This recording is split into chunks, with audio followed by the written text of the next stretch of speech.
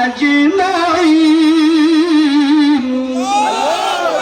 নবী আমার বলে, এর চাঁদপুরের যুবক শুনে নেন, নবী আমার বলে কতক্ষণ পর্যন্ত খাঁটি মুমিন হতে পারবে না, তা ততক্ষণ খাঁটি মুমিন হতে পারবে না যতক্ষণ পর্যন্ত।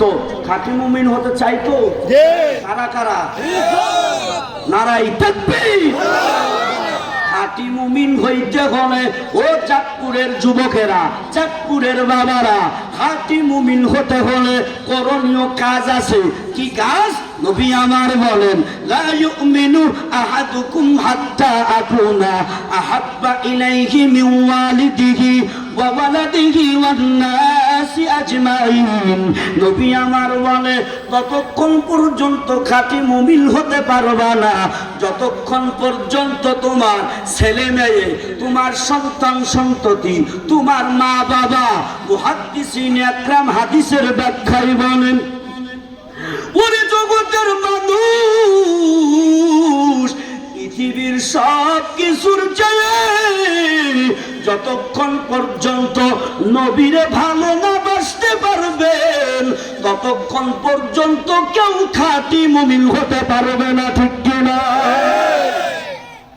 খাঁটি মুমিন ততক্ষণ হতে পারবো না। যখন খাঁটি মুমিন তখনই হব যখন পৃথিবীর সব কিছুর চেয়ে আমার নবীরে ভালোবাসবো। পারবো না ইনশাআল্লাহ। আল্লাহ কবুল করুক, আমিন। আর রহমান আল্লামাল কুরআন।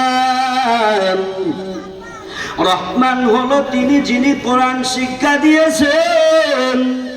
বলেন, এই কোরআনের মতো দামি আর কোন কিতাব আছে? কেমন কিতাব?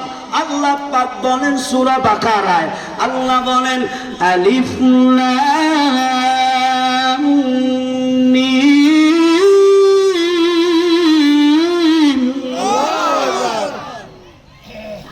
আলিফ লাম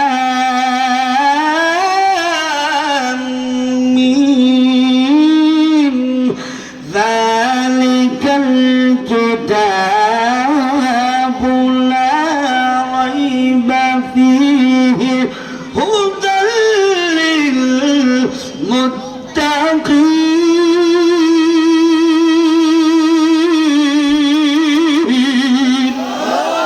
আল্লাহ আল্লাহ क्या मुबारक नाम है, अल्लाह अल्लाह तू मेरा महबूब है, अल्लाह अल्लाह तू मेरा सत्तार है, अल्लाह अल्लाह तू मेरा माशूक है। हाथ ऊंचा করে বলেন না আমাদের রবকে। ও চাঁদপুরের মুসলমানেরা, এই আল্লাহ পাক বলেন যালিকাল কিতাবু লা রাইবা ফীহি হুদাল লিল মুত্তাকিন। আল্লাহ বলে, বান্দারে এমন কিতাব আমি দিয়েছি নবীরে, নবীর উপর আমি এমন কিতাব নাজিল করেছি তোমাদের হিদায়াতের জন্য। কেমন কিতাব? আল্লাহ কয় যালিকাল কিতাবু লা রাইবা ফি, লা রাইবা ফি, লা রাইবা ফি। আল্লাহু আকবার বলেন, লা রাইবা ফি, লা রাইবা ফি। আল্লাহ কয় এমন কিতাব দিয়েছি যেই কিতাবে কোনো সন্দেহ নাই। আল্লাহু আকবার। যেই কিতাবে কোনো ভুল নাই। আছে কোনো ভুল? কেউ ধরাই দিতে পারবে না।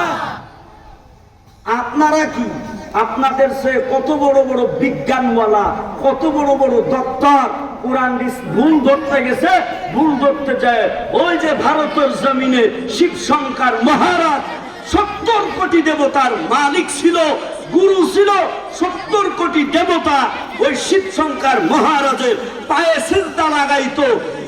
এই শিব শঙ্কর মহারাজ 25টি ভাষায় অনর্গল কথা বলতে পারতো।